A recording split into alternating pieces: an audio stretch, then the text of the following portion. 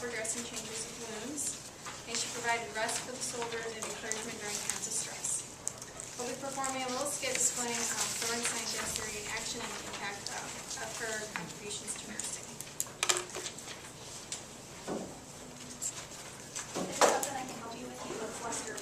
I am. I have this teaching presentation about Florence Nightingale's environmental theory due next week, and I don't know what I'm doing. Do you have anything yet?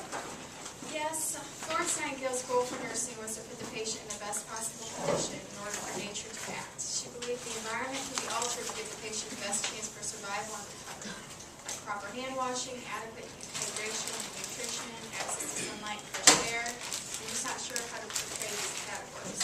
Well, let's see if we can do an internet search. Come on over here. Okay, so we'll type in Florence Nightingale's environmental theory. Look, this video covers everything. It's broken down into separate categories. The first is titled cleanliness. We'll go slow so you can get all the information you need. Okay, I think that'll help. Good afternoon, I'm Florence. I'll be taking care of you. Can you tell me your name? I'm Private Harper.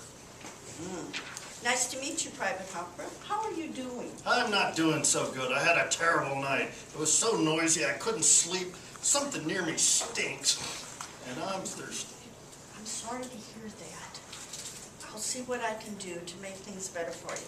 But first, let me change those dressings. I'm going to wash my hands, and I would like you to wash your hands too. Why do I need to wash my hands? I'm not touching anything. If your hands are clean, you're less likely to spread infection and spread germs. Now, I'm going to get those dressings changed, and then we're going to remove them and put them over there until I can properly dispose of them. And then I'm going to apply some ointment.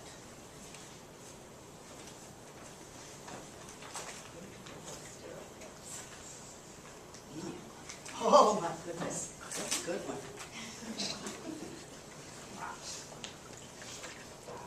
Soap and water will clean from the inside out.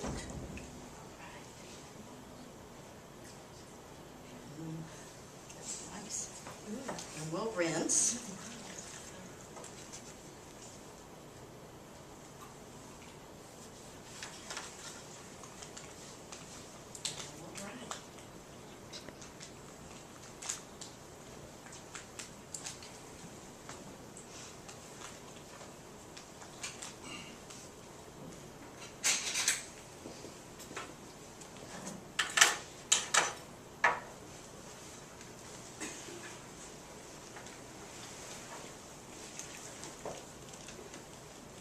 I'm sorry.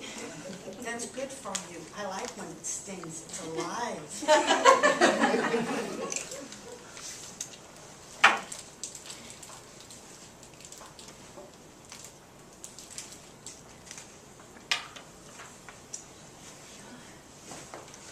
Now, doesn't that feel better?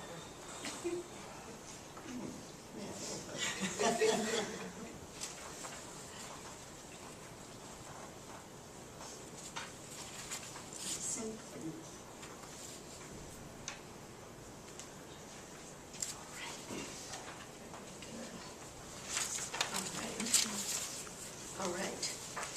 Do you have any questions? Yes. You're washing your hands again. How many times a day should I wash my hands? I don't want that area to get any worse. Well, I wash my hands if I come in contact with anything dirty, and I would want you to wash your hands too. Okay, go ahead and wash them. Dry them in between the fingers.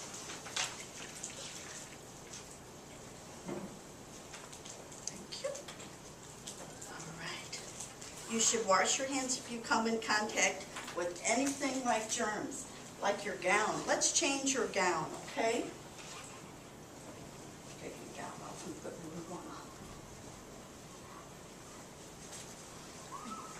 Very good. Excellent. All right. Now, your gown came in contact with the old dressings, and it had germs on it, and that would compromise your healing process. Wow, I've never been told that. Well, Private Harper, and to ensure a healthy recovery, we must always be aware of our surroundings. and all the germs around us. And also, the attendants have changed your bed linens and given you a new pillow.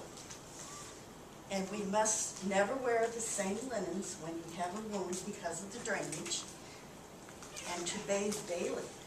Why, I've never changed my sheets or bathed every day at home. I know. Why? You don't know why. Oh, boy. Again, to stop the spread of infection by not letting the germs collect in the area. We're trying to heal. When you were at home, I bet you didn't have a gaping gunshot wound in your home. So, I'm going to move the chamber pot to the other side of the wall over here and cover it so it doesn't have that smell. And we won't have to worry about contaminating the wound, are you? Thank you, nurse. You are the first nurse to truly care enough to explain things to me. I guess I never really gave much thought as to why hygiene was important for the patients. I just knew it was good for me, so I didn't catch what they might have. It's good for you and everyone else around you. The more we wash our hands, the less likely we are to get sick. Washing your hands with soap and water is the best way to reduce the number of germs on them.